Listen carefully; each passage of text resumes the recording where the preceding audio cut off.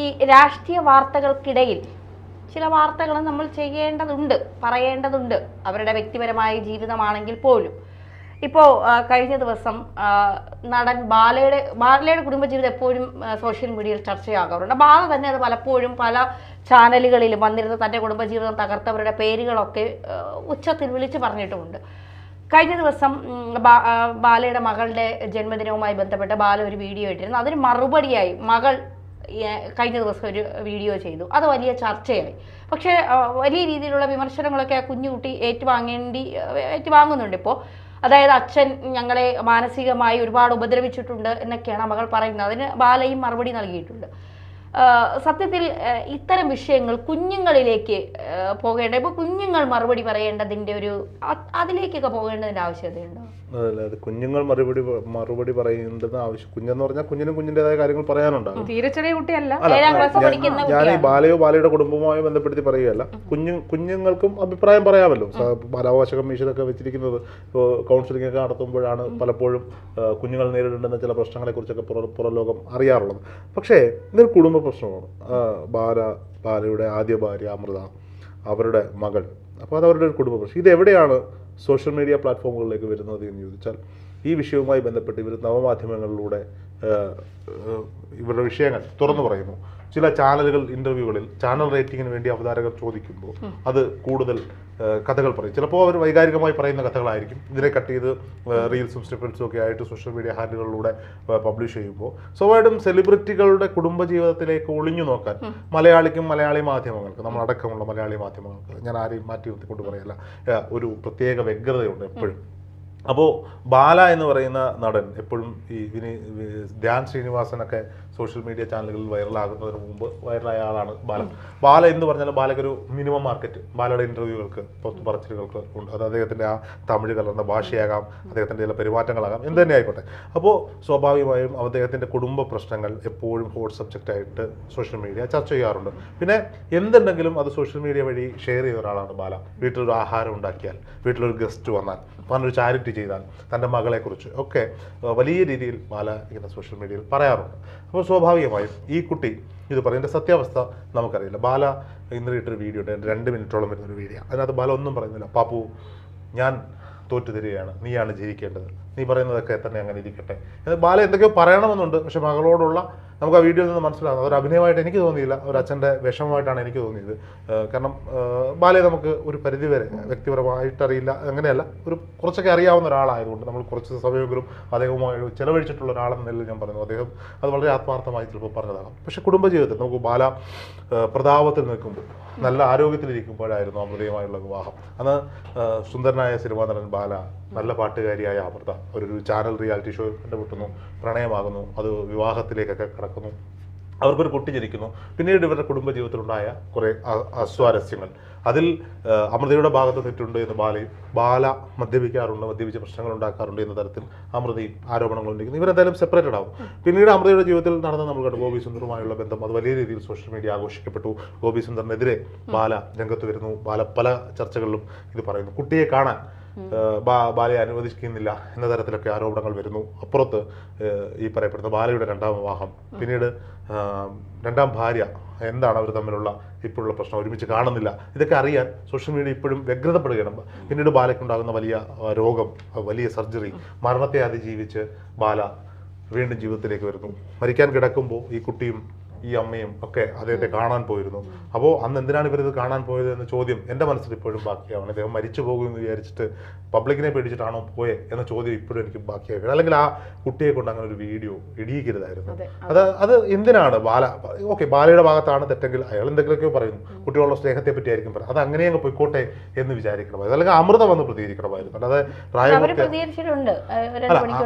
അത് ഇന്നല്ലേ പ്രായപൂർത്തിയാകാത്തൊരു കുട്ടിയെ കൊണ്ട് ഇത്തരത്തിലൊരു വീഡിയോ എടുത്ത് ഫേസ്ബുക്കിലൂടെ എന്തുമാത്രം വിമർശനങ്ങളാണ്. അല്ല, അത് പോയിക്കോട്ടെ, അതിന്റെ കമന്റ് ബോക്സ് ഞാൻ തുറന്നു നോക്കിയിട്ടേ ഇല്ല, വീഡിയോ ഞാൻ കണ്ടു.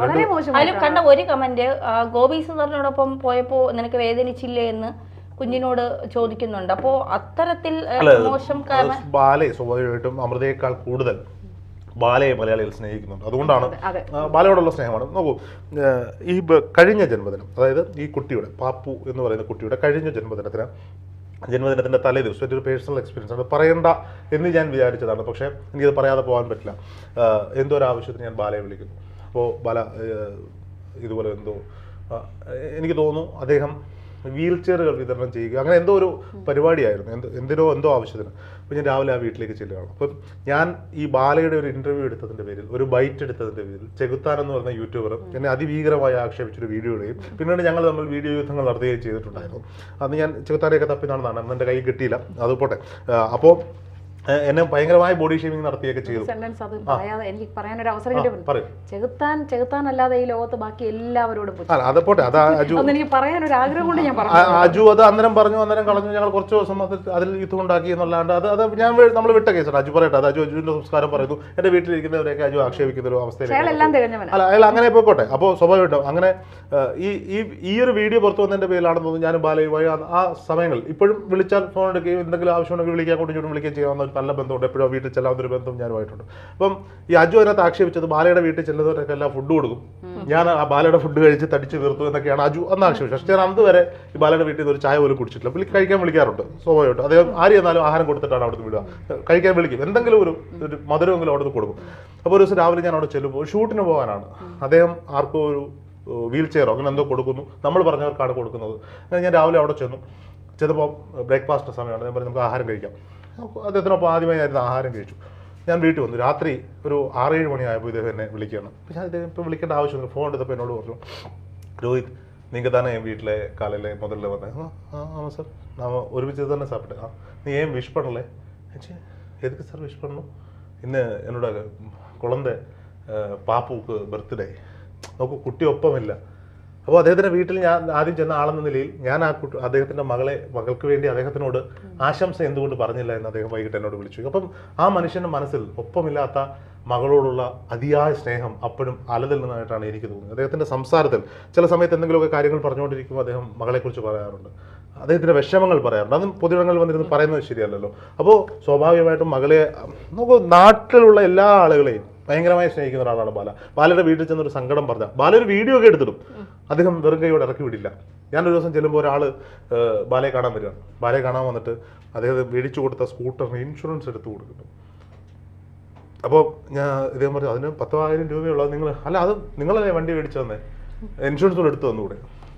അദ്ദേഹം വാങ്ങിക്കൊടുത്തതാണ് ആ വണ്ടി, ഇനി അടുത്ത ഇൻഷുറൻസും അടയ്ക്കണമെന്ന്. അപ്പോൾ അത്തരത്തിൽ എത്രയോ കഥകൾ പറയും. ഓരോരുത്തർ വന്നിട്ട് ഒരു ഓട്ടോക്കാരൻ ഒരാളെയും കൊണ്ട് വന്നു, അത് തിരക്കിയപ്പോൾ അയാൾക്കൊരു പ്രശ്നമില്ല, പക്ഷേ ഓട്ടോക്കാരൻ ക്യാൻസർ പേഷ്യൻ്റാണ്. ഇയാളെ പറഞ്ഞിട്ട് ആ ക്യാൻസർ പേഷ്യൻറ്റിനെ സഹായിക്കുന്ന ബാലയുടെ ഒരു മുഖം നമ്മൾ കണ്ടതാണ്. അപ്പോൾ ഇദ്ദേഹം ഇതൊരു വീഡിയോ ഒക്കെ എടുത്ത് അദ്ദേഹത്തിൻ്റെ സോഷ്യൽ മീഡിയ ഹാൻഡിലിടും. അപ്പോൾ സാധാരണക്കാരെ നാട്ടുകാരെയൊക്കെ സഹായിക്കാൻ മനസ്സ് കാണിക്കുന്ന ബാല മകൾക്കൊരു ഗിഫ്റ്റ് വാങ്ങി കൊടുത്തില്ല, ചെന്നൈയിലെ വീട്ടിൽ 5 ദിവസം പൂട്ടിയിട്ട് ആഹാരം കൊടുത്തില്ല എന്നൊക്കെ പറഞ്ഞാൽ വിശ്വസിക്കാൻ ഇച്ചിരി പാടുണ്ട്.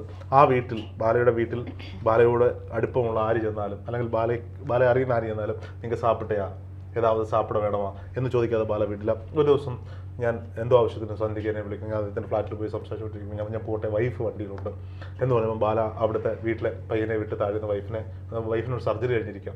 ബാലയ്ക്ക് അറിയാം, ബാലയോട് ഞാൻ പറഞ്ഞത് ഇങ്ങനെ ഒരു സർജറി കാര്യങ്ങളൊക്കെ ചോദിച്ചു. അദ്ദേഹത്തിൻ്റെ ബ്രദറിനും ഈ സർജറി ആയിരുന്നു എന്ന് പറഞ്ഞ് ഫ്രിഡ്ജിൽ നിന്ന് ഒരു ഐസ്ക്രീം എടുത്തുകൊണ്ടുവന്ന് അവൾക്ക് കഴിക്കാൻ പറ്റില്ല, പക്ഷേ ഒരു സ്പൂൺ കഴിച്ചിട്ടാണ് ആ വീട്ടിൽ നിന്ന് വിട്ടത്. ആദ്യമായിട്ട് നീ തങ്കച്ചി നീ പുതല്ലതാ വീട്ടിൽ വന്നേ എന്ന് പറഞ്ഞ് കൊടുത്തിട്ട് വിട്ട ബാലയെ എനിക്കറിയാം. ഒരു ദിവസം രാത്രിയിൽ ബാല വിളിച്ചിട്ട് വന്നു, രോഹിത് കണ്ണിൻ്റെ വില എന്തെന്ന് എനിക്കറിയാം. കാരണം അദ്ദേഹത്തിൻ്റെ കണ്ണിന് കാഴ്ച ഭംഗിപ്പോയ ആളാണ്. എത്ര പേർ വന്നാലും കണ്ണിൻ്റെ ഓപ്പറേഷൻ നമുക്ക് ഫ്രീ ആയിട്ട് ചെയ്ത് കൊടുക്കാം, ആരെങ്കിലും ഒക്കെ ഉണ്ടെങ്കിൽ പറയൂ. അങ്ങനെ കുറച്ച് പേരെയൊക്കെ ഇത് കൊടുത്ത് പറഞ്ഞു വിടും. അർഹതപ്പെട്ടവരായിരിക്കണം, അത് നിങ്ങൾ ഉറപ്പുവരുത്തണം എന്നൊക്കെ പറഞ്ഞു വിടുന്ന ഒരു ബാലയെ എനിക്കറിയാം. ഇതിൻ്റെ കുടുംബ പ്രശ്നങ്ങളെ പറ്റി നമുക്കറിയില്ല. പക്ഷേ ഇത് അനാവശ്യമായിരുന്നു. കുട്ടിയുടെ പിറന്നാളായിരുന്നു, അത് അമൃതയുടെ ബന്ധുക്കളും ശ്രദ്ധിക്കേണ്ടിയിരുന്നു. ഇത്തരത്തിലേക്ക് ഒരു തുറന്ന യുദ്ധത്തിലേക്ക് ഒന്നാമതേ ശാരീരികമായും മാനസികമായിട്ടും ഒക്കെ തകർന്നിരിക്കുന്ന ഒരു മനുഷ്യനാണ്. അദ്ദേഹത്തിൻ്റെ അസുഖം അത് അദ്ദേഹത്തെ വലിയ രീതിയിൽ ബാധിക്കുന്നുണ്ട്. മരണത്തെ അതിജീവിച്ച് വന്ന ആളാണ്. സിനിമകളും കാര്യങ്ങളും ഒക്കെയായി വീണ്ടും ഇൻഡസ്ട്രിയിൽ സജീവമായി വന്നുകൊണ്ടിരിക്കുന്ന ഒരു സമയത്ത് ഏതൊരു അച്ഛനാണ് കേൾക്കാൻ ആഗ്രഹിക്കുക? സ്വന്തം മകൾ ഭാര്യ പറയട്ടെ, അതെ മകൾക്ക് അല്ല അമൃതയ്ക്ക് പറയാം, പക്ഷെ മകളത് പറയുമ്പോൾ അത് സഹിക്കാൻ പറ്റുന്ന ഒരു കാര്യം തെറ്റായി പോയി എന്ന് ഞാൻ പറയുന്നത് അത് അവരുടെ ഇഷ്ടമാണ്. പക്ഷെ ഇത് സോഷ്യൽ മീഡിയ ഹാൻഡിലിൽ വേണ്ടായിരുന്നു. ആ മകളെ കൊണ്ടൊരു വീഡിയോ പറയണമെങ്കിൽ അപ്പാ നിങ്ങളിനി എന്നെ കാണാൻ വരുന്നത്, നിങ്ങൾ എനിക്ക് ഇഷ്ടമല്ല എന്ന് പറഞ്ഞൊരു വീഡിയോ ഷൂട്ട് ചെയ്തിട്ട് അദ്ദേഹത്തിന് വാട്സാപ്പിൽ അയച്ചു കൊടുത്താൽ, അല്ലെങ്കിൽ അദ്ദേഹത്തിന് ഏതെങ്കിലും സുഹൃത്തുക്കൾക്ക് അയച്ചു കൊടുത്തിട്ട് കാണിച്ചു കൊടുക്കാൻ പറഞ്ഞാൽ അതിന് വേറൊരു മാന്യത ഉണ്ടാകുമായിരുന്നു. ഇത് നാട് മുഴുവൻ അടച്ച് ഇനി ഇത് എൻ്റെ നമ്മളൊരു മാധ്യമപ്രവർത്തകൻ നമുക്ക് പറയാൻ അധികാരമില്ല, എന്നാൽ പോലും പറയാണ് ഈ തുറന്ന യുദ്ധങ്ങൾ ഇവരൊക്കെ ഒഴിവാക്കണം. ഇവരൊക്കെ പറഞ്ഞ് കുടുംബ പ്രശ്നങ്ങളെ, അതെ, സ്വാഭാവികമായിട്ടും മനുഷ്യനാണ്. അത് ബാലയും നിർത്തണം, അമൃതയും നിർത്തണം, കുട്ടിയും നിർത്തണം, എല്ലാവരും നിർത്തണം. കുടുംബ പ്രശ്നങ്ങൾ കുടുംബത്തിനുള്ളിൽ പറഞ്ഞു തീർക്കണം. അല്ലാതെ ഇങ്ങനെ സോഷ്യൽ മീഡിയയ്ക്ക് ആഘോഷിക്കാൻ സ്വയം ഇട്ടുകൊടുക്കുക. അല്ലെ, നമ്മൾ സ്വയം ജീവനോടെ ചെന്ന് കഴുകന്മാരുടെ മുന്നിൽ കിടന്നു കൊടുക്കുന്ന പോലെയാണ് സോഷ്യൽ മീഡിയയിൽ ഇത്തരം വീഡിയോകൾ കൊണ്ടുവന്നിരുന്ന കുടുംബപരമായ കാര്യങ്ങൾ. അപ്പോൾ അത് തീർച്ചയായിട്ടും